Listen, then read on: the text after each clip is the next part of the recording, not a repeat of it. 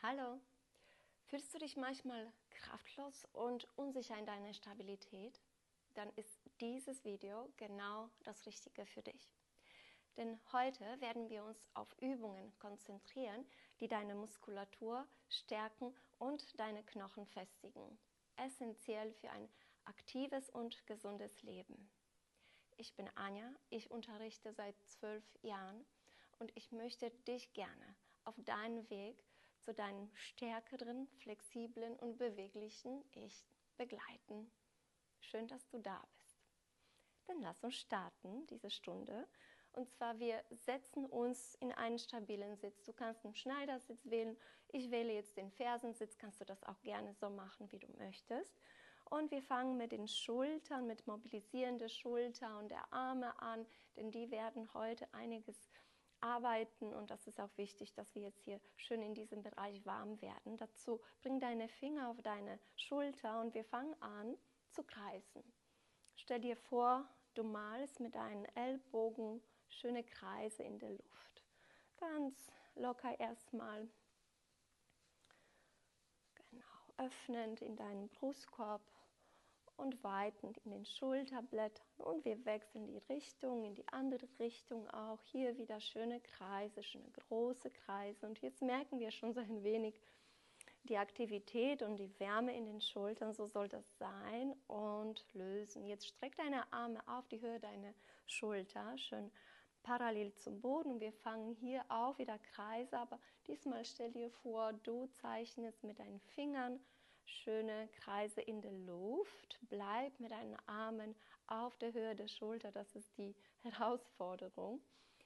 Gut, und die Arme bleiben gestreckt und die andere Richtung auch.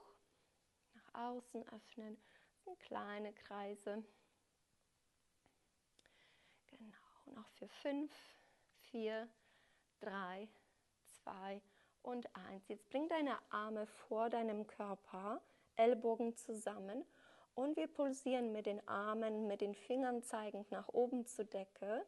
Ich finde diese Übung, die sieht nach fast gar nichts aus. Die merkt man aber schon nach ein paar Sekunden und das ist auch richtig so wichtig. Ellbogen zusammen und wir pulsieren Richtung Decke nach oben noch für 10, 9, 8, 7, 6, 5, 4, 3, 2, 1 und wir lösen. Merkst du schon in den Schultern? Ich merke das schon. Jetzt drehe ich mich nach hinten, damit du das siehst. Jetzt noch eine Übung. Und zwar, wir werden aus der Innen- und Außenrotation der Schulter die Hände bewegen. Einmal eine Hand am Kopf und dann die andere an deinem Becken oder am Rücken ansetzen. Und das muss nicht super hoch sein. Es geht nur darum, dass du jetzt hier die Bewegung in deinen Schultern spürst und merkst und eben hier diesen Bereich schon vorbereitest und warm machst. Noch für 5, 4, 3, 2, 1 und wir lockern die Schulter, die Arme. Sehr gut. Und noch hier in der Vorbereitung, lass uns die Handgelenke aufwärmen. Einmal schön mit den Händen kreisen, die Hände zusammen, ineinander verschränkt, die Finger und wir kreisen. Sehr schön. Dann streck die Arme nach vorne und nach oben. Streck dich weit über deine Seiten hoch zur Decke. Atme nochmal hier ein, dehn dich auf und mit der Ausatmung löse deine Hände zum Boden. Und jetzt kommen wir in Vierfüßlerstand mit dem rechten Fuß nach vorne. Also wir starten schon hier aus dem Low Lunge. Von hier heben wir die Arme nach oben. Genau. Atmen hier ein. Mit der rechten Hand auf deine rechte Hüfte. Wir lehnen uns nach rechts rüber. Dehnen die Schulter, dehnen den Hüftbeuger und schön seitlich hier spüren eine schöne Öffnung, sodass wir auch richtig eine nette Dehnung und Streckung haben für die Wirbelsäule. Jetzt setze die linke Hand auf den Boden bitte und stell den hinteren Fuß auf. Wir strecken das Bein aus und heben den rechten Arm nach oben mit deiner Schulter mit hochdrehen. Wir schauen vielleicht, wenn der Nacken da nicht zu meckern hat. Wir schauen zu der Hand und wenn du irgendwie Verspannung in dem Nacken spürst, dann kannst du auch nach unten schauen. Sehr schön. Komme zurück mit Händen und mit Knien in Vierfüßlerposition. Stell die Zehen auf und wir heben die Knie vom Boden ab.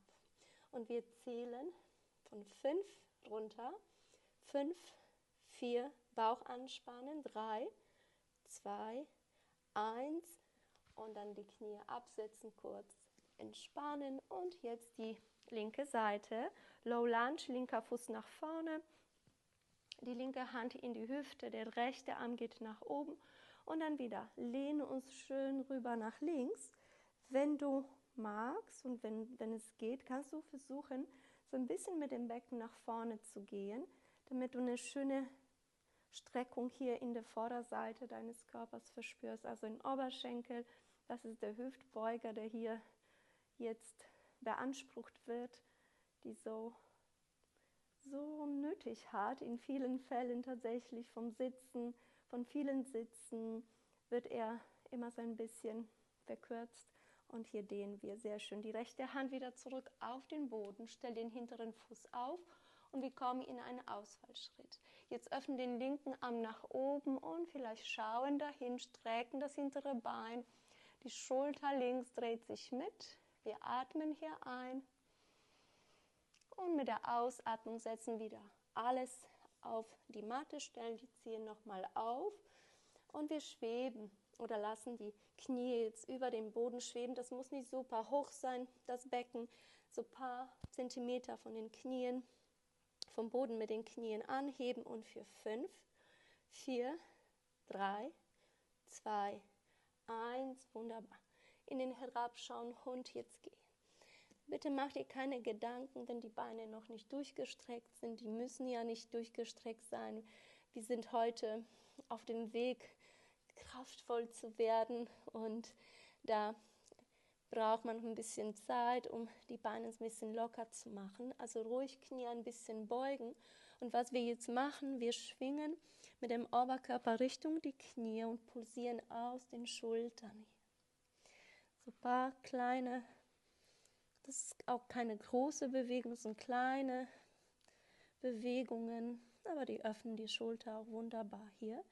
Gut, und von hier komme in die Planke nach vorne. Schau, ob du das Becken jetzt nicht zu hoch hast und auch nicht zu tief, sondern schön mit dem Becken auf eine Linie und wir halten die Planke. Also die Kraft gewinnen wir beim Halten der Position. Deswegen heute werden wir genau das tun und versuchen, uns da durch die Position durchzuatmen. Jetzt halte nicht den Atem an, sondern schön weiter atmen.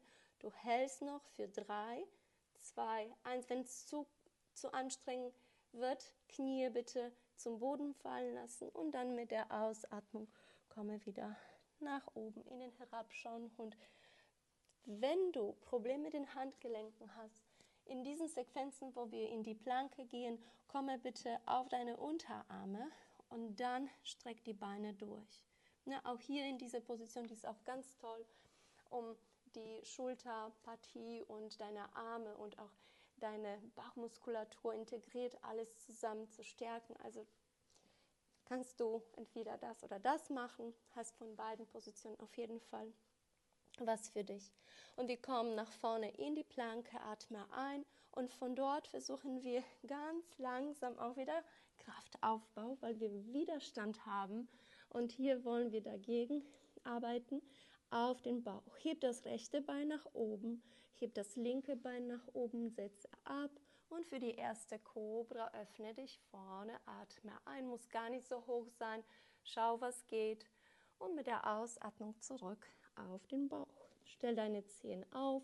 Wir kommen über Vierfüßlerstand zurück in den herabschauenden Hund. Wunderbar. Und von hier, du kannst die Knie absetzen mit dem rechten Fuß nach vorne oder du kannst von hier direkt nach vorne. Dafür schaust du zu deinen Händen. Denn da, wo du schaust, dort fließt auch die Energie hin und das ist dann einfacher für den Körper und für den Kopf, das Ganze zu vereinen. und genau das auszuführen, was du haben möchtest. Gut, jetzt sind wir in dem High Lunge, also in dem weiteren oder höheren Lunge. Dafür bring deine Arme wie Kaktusarme zueinander. Mit der Einatmung öffne dich, streck das vordere Bein und mit der Ausatmung gehe tief in dein rechtes Knie und bring die Ellenbogen zusammen. Wir öffnen, einatmen und wir schließen, ausatmen, wie so zwei Flügel zur Seite und schließen. Nochmal einatmen und aus. Wir beugen nach vorne und bringen die Arme schön nach hinten, so Richtung linke Ferse und wir halten das. Das ganze Gewicht ist fast das ganze Gewicht auf dem rechten Fuß und damit auf dem rechten Oberschenkel und auf dem rechten großen Po-Muskel, den wir jetzt hier tatsächlich auch so üben wollen und stärken wollen. Wir halten noch für einen Atemzug und ausatmen, Hände zum Boden und herabschauender Hund. Ich hoffe, dir geht's gut. Ich hoffe, du spürst schon das Feuer und genau auch schon die Kraft, die du langsam in den Muskel aufbaust. Jetzt linker Fuß nach vorne und auch hier kommen wir in den High Lunge. Diesmal bringen wir die Arme nach oben. Wir strecken beide Beine mit der Ausatmung. Arme gestreckt nach hinten. Atme ein. Schwing dich nach oben, dehn dich auf, eine leichte Rückbeuge. Ausatmen, Herz nach vorne. Und nochmal einatmen, schön auf, dehnen und dann zurück. Letztes Mal. Atme ein. Wir arbeiten ganz feste aus dem Oberschenkel vorne. Und jetzt bleiben wir wieder vorne. Also wir belasten wieder das linke Bein und den linken großen Po-Muskel. Der hintere Fuß stützt nur so ein wenig. Atme nochmal ein und noch ein Atemzug. Ich weiß, es ist nicht einfach, aber um tatsächlich Erfolge zu erzielen, wird nie einfach leider sein. Wir müssen immer durch etwas durchgehen, um wirklich daran wachsen zu können. Und wir kommen in die Planke wieder. Schön. Von hier mach die Füße so ein bisschen weiter auseinander. Und jetzt tippen wir mit der Hand auf die Schulter. Wenn das zu viel ist, setz die Knie auf den Boden ab und tippe das so. Ja, die Intensität ist hier auf jeden Fall in der Planke viel, viel mehr. Und was wir machen wollen, wir wollen die Hüfte stabil halten. Und das ist, wo die Kraft herkommt, aus der Mitte, aus der Körpermitte, dass wir hier mit der Bauchmuskulatur dagegen arbeiten. Das reicht. Herabschauender Hund. Atme aus. Heute ist der herabschauende Hund eine fast Erholungsposition, aber du kannst natürlich jedes Mal die Knie absetzen und in den Fersensitz oder in der Kindeshaltung so in diese Richtung gehen, wenn du möchtest. Von hier wieder fließen wir nach vorne in die Planke und ganz langsam Ellbogen am Körper, Herz nach vorne, wir kommen auf den Bauch. Du kannst trotzdem auch sehr gerne deine Knie hier absetzen für die Kobra. Atme ein und atme aus, stell die Zehen auf für den herabschauenden Hund. Sehr schön. Jetzt gehen wir nach vorne zu den Händen. Die Füße sind, ich sage das vorne, so diese Weite haben die Füße, ne? Also so 2 Fäuste weit auseinander. Und wir kommen hier in eine Hocke. Du kannst hier gerne immer 2 Blöcke nehmen, um dich zu unterstützen. Hier alles gut. Und von hier entweder kommen die Fersen zum Boden. Das ist schon, erfordert viel Stabilität. Und wenn die nicht da ist, ist überhaupt nicht schlimm. Dann komme in diese Hocke. Also von hier aus gehen wir nach oben. Strecken uns weit hier, atme ein und mit der Ausatmung Becken nach hinten und wieder entweder die Fersen anheben und dann kommst du in die Hocke oder, wenn es möglich ist, kommst du ganz flach auf die Fersen und wieder von unten nach oben auf Richtung Decke Und wieder zurück in deine Hocke, so oder so. Jetzt mache ich die dritte Runde so, aus deinen Zehenspitzen und wieder nach oben, hochatme ein, schieb die Arme nach oben und mit der Ausatmung vorsichtig komme tief. Und von hier, du kannst dich gerne mit den Händen stützen oder öffne deine Knie, beuge nach vorne und wir setzen uns hin. Wir kommen in unser Boot, in das Boot. Das heißt, finde deine Sitzbeinhöcker, dass du die schön hier spürst und heb deine Beine weg vom Boden.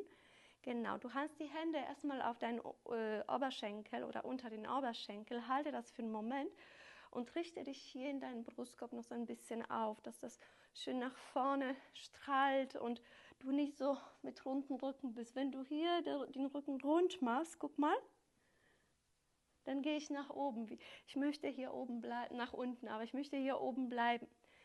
Bleib so oder aber streck die Arme nach vorne. Lass die Schulter nach unten fallen und nochmal halten. In dieser Position, in dem Boot, wir stärken nicht nur die Bauchmuskulatur, du merkst es bestimmt, was noch gestärkt wird. Sind die Hüftbeuger, die ich schon am Anfang sagte, bei vielen vielleicht verkürzt oder schwach sind. Und in dieser Position halten wir das. Nochmal tief einatmen. Gut. Und ausatmen. Komme zurück. Gerne stütze dich in deine Hocke. Arme nach vorne. Und von hier kommen wir in den Berg nach oben hoch. Ja, durchatmen einmal. Vielleicht mal durch den Mund aus. Gut, und jetzt nochmal ein bisschen Beine, und zwar von hier kommen wir in den Stuhl. Lass dein Becken schön nach unten Richtung Boden fallen. Stell dir vor, du setzt dich auf einen Stuhl dahinter. Schau auf deine Knie, dass du vielleicht noch die Zehenspitzen siehst, damit die Knie nach vorne nicht so ragen, sondern richtig stabil aus den Füßen. Und wir halten und wir atmen. Blick nach vorne, dass der Oberkörper schön aufrecht bleibt. Gut. Und ausatmen, Hände zum Boden oder auf deine Blöcke, wenn du sie brauchst. Knie gebeugt oder gestreckt, je nachdem, wo du auf deiner Reise bist. Gut. Und hier kurze Entspannung. Sehr gut. Und 2 große Schritte, kommen wir wieder in den herabschauenden Hund. Gut. Und dann wieder hier nach vorne und von hier stell den Fuß vorne jeweils an deinem Arm, also Knie Richtung Oberarm und nach hinten, Knie, Oberarm und nach hinten. So ein paar Mal antippen. Ich weiß, das ist viel, also du kannst auch den Fuß nur darstellen, also mach das, was möglich für dich ist, noch für jede Seite einmal und ausatmen, herabschauender Hund, durchatmen wieder, wunderbar. Jetzt stell bitte den rechten Fuß zwischen deine Hände und dreh den hinteren Fuß so 90 Grad, den Fuß richtig nach außen auf. Und der rechte Arm kommt auf den Oberschenkel hier für den seitlichen Winkel. Linker Arm kommt nach oben. Wir stabilisieren uns in dem rechten Knie, Knie über Fußgelenk. Und jetzt drehen wir den linken Arm, Armkörper, je nachdem wie die Schulter so weit geht. Vielleicht kommst du zu deinem rechten Oberschenkel. Wenn nicht, dann hast du den Arm am Rücken, alles gut. Und wir drehen die Schulter und den Blick Richtung Decke nach oben. Wir atmen und halten für einen Moment. Der hintere Fuß ist auch aktiv, schiebt gegen den Boden. Und jetzt vorsichtig, jetzt streck langsam den rechten Arm nach vorne. Und du merkst natürlich jetzt schon fast direkt den rechten Oberschenkel und großen Gesäßmuskel. Atme ein. Und friedvoller Krieger, so eine Gegenübung. Und ausatmen, Hände zum Boden für den herabschauenden Hund wieder. Wunderbar. Gut, diese Seite haben wir geschafft. Noch den linken Fuß nach vorne und auch hier dreh den rechten Fuß aus und der linke Arm landet auf dem linken Oberschenkel hier, Knie in zum 90-Grad-Winkel und der rechte Arm, der geht wieder rotiert nach innen und hinten Armrücken, je nachdem, ne, wie lang der Arm ist und wie flexibel der Arm ist, so weit kommst du und dann schieb deine Schulter, dreh dich ein bisschen auf hier Richtung Decke. Und stabilisiere dich jetzt nicht mit dem Ellenbogen, das ist nur eine kleine Stütze, denn gleich geht der Arm nach vorne, eher aus den Füßen und aus den Oberschenkeln. Und jetzt löse den Arm und streck den Arm nach vorne. Mir wird warm, so richtig warm, aber wir atmen durch. Beiden Haltenpositionen wichtig, der Atem ist der beste Freund von uns, hilft uns hier genau da durchzukommen und dann friedvoller Krieger, lehne dich nach hinten zurück, atme ein und löse Hände zum Boden. Diesmal bleiben wir vorne in der Planke, du kannst über die Knie oder langsam auf den Bauch ablegen, Fußspann absetzen und dann langsam kannst du diesmal versuchen, das Becken anzuheben, für den Heraufschauen und die Knie ruhig auf den Boden ruhen und hier dich so ein bisschen aushängen, vorne in der Hüfte und in deinem Core, in deine Bauchmuskulatur, hier diese Länge nochmal gewinnen und dann stellen wir die Zehen auf für den herabschauenden Hund. Super. Und dann noch eine Runde. Wir kommen wieder nach vorne in die Planke und von hier wechseln wir von der seitlichen Planke in die frontale Planke und von rechts nach links jeweils die Füße. Schau auf meine Füße, sie drehen sich so, dass sie voreinander kommen und damit eine gute Stabilität haben oder wir die gute Stabilität haben. Das Becken hältst du, wenn es möglich, oben, dass das nicht runter droppt. Gut, jede Seite noch einmal.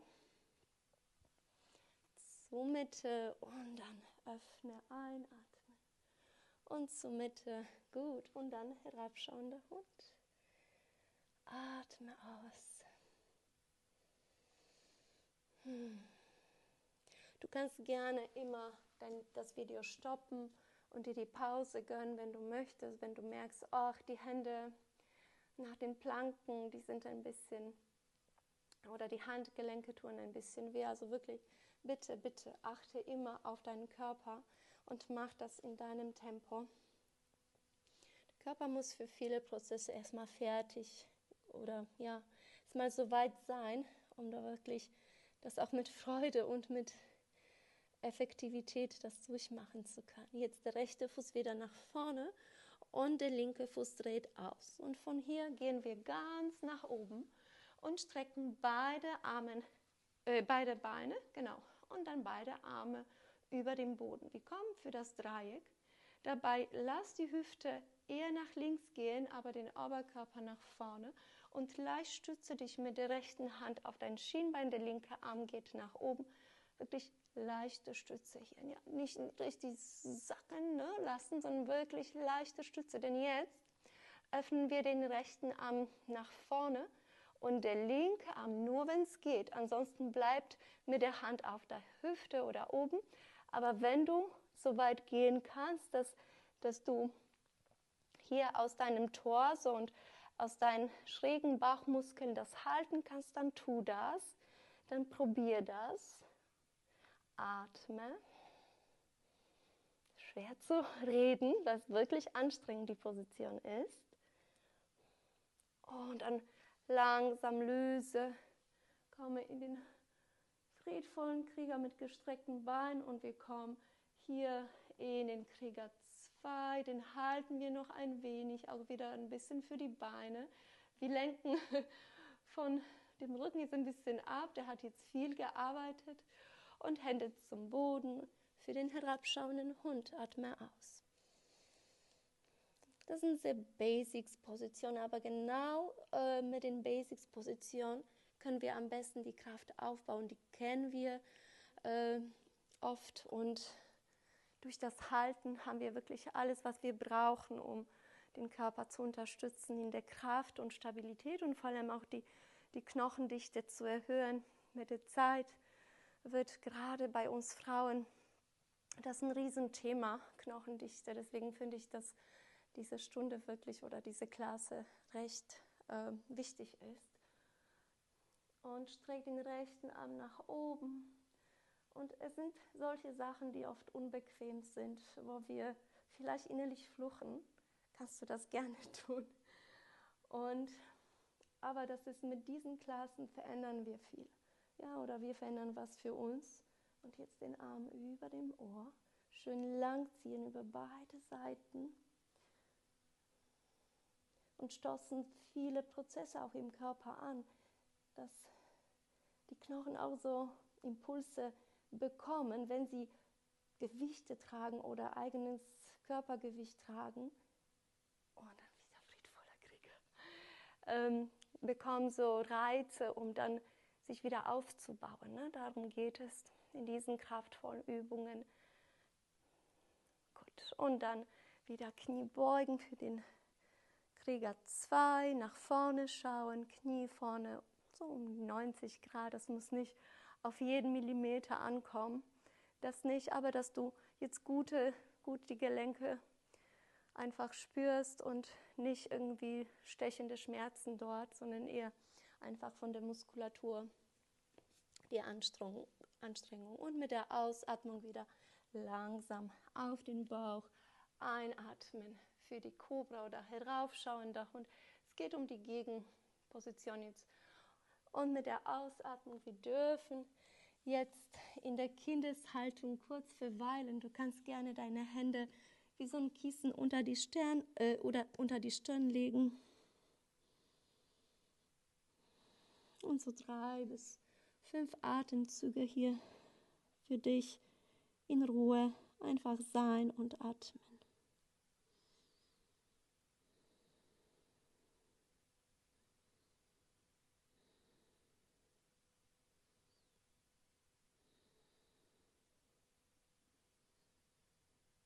Gut.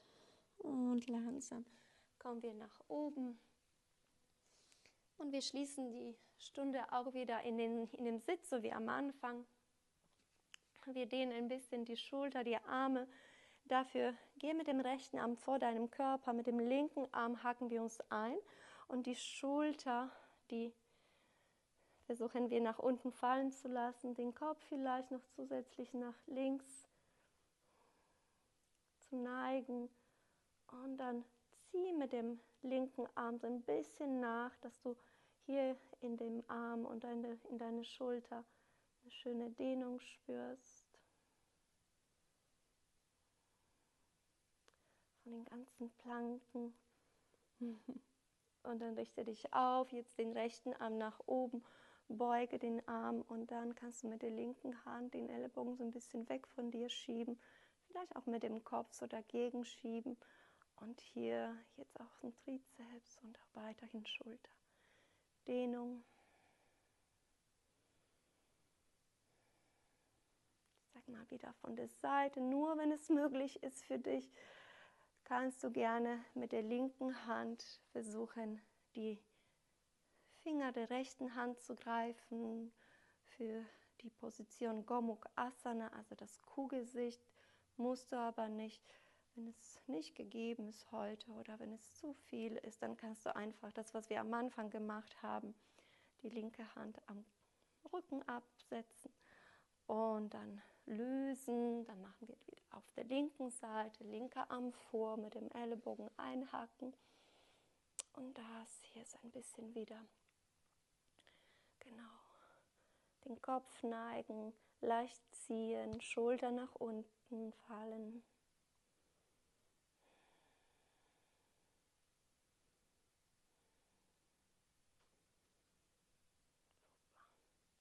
Und dann nehmen wir uns wieder den linken Arm nach oben, greifen den Ellbogen und ziehen ihn nach hinten.